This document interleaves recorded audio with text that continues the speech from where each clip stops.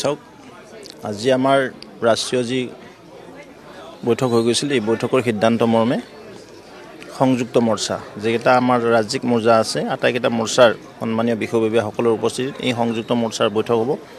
ইয়াতে আমি আগন্তুক লোকসভা নিৰ্বাচনৰ প্ৰস্তুতি আৰু যিখিনি কৰণীয় আছে যিখিনি গেপ আছে এই গেপখিনি মাৰাৰ নিমিত্তে এইখন সভা ৰখা হৈছে। অহাকালি আমাৰ বৰ্ধিত বিষয়ববীয়া সভা য'ত আমাৰ জিলা সন্মানীয় সভাপতি প্ৰভাৰী সভাপতি আৰু ৰাজ্যিক বিষয়ববীয়াসকল থাকিব আৰু পৰহি দিনাখন আমাৰ ৰাজ্যিক কাৰ্যনিৰ্বাহক সভা শংকৰদেৱ কলাক্ষেত্ৰত অনুষ্ঠিত হ'ব। ঠিক তেনে আমাৰ 11 তাৰিখে ৰাজ্যিক নিৰ্বাচনী যি প্লেনিং বুলি কয় পৰিকল্পনা বিভাগৰ বৈঠকখন আমাৰ আমিনগাঁৱত অনুষ্ঠিত হ'ব। আমি কেইবাটাও ভেন্যুত বিভিন্ন ধৰণে এই সভাসমূহ ৰাখিছোঁ। আগন্তুক লোকসভা নিৰ্বাচনত আমি সৰহ সংখ্যক আসন দখল কৰা আৰু লগতে বিশাল ব্যৱধানত আমাৰ প্ৰাৰ্থীসকলক জিতোৱাৰ নিমিত্তে এটা ঐতিহাসিক নিৰ্বাচন হিচাপে আমি মানি লৈছোঁ। 2024 যিটো নিৰ্বাচন হ'ব আমাৰ এপ্ৰিলৰ নিৰ্বাচন, এই সাধাৰণ নিৰ্বাচন ভাৰতীয় জনতা পাৰ্টি এটা সাধাৰণ নিৰ্বাচন হিচাপে নেখেলে এক ইতিহাস ৰচনা কৰাৰ নিমিত্তে এই নিৰ্বাচন অৱতীৰ্ণ হ'ব।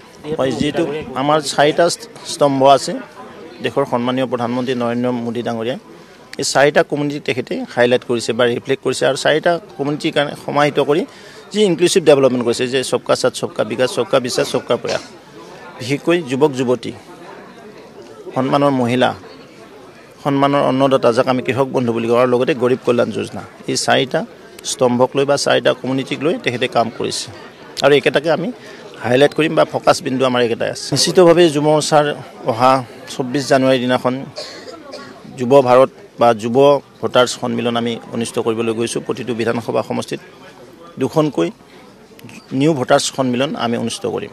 ঠিক তেনে মহিলা মৰ্চাই আমাৰ যিসকল লাভাৰ্থী আছে, যিসকল আমি হিতাধিকাৰী বুলি কওঁ, অৰুণোদয়েই হওক বা আমাৰ মহিলা সবলীকৰণ যোজনাই হওক, বিভিন্ন যোজনাৰ অধীনত যিসকল লাভান্বিত হৈছে, জনধন যোজনাৰ পৰা, উজ্জ্বলা আঁচনিৰ পৰা, আয়ুষ্মান ভাৰতৰ কাৰ্ডৰ পৰা, প্ৰধানমন্ত্ৰী আৱাস যোজনা, তেওঁলোকৰ লগত চেল্ফি উঠাৰ এক প্ৰয়াস চলোৱা হৈছে।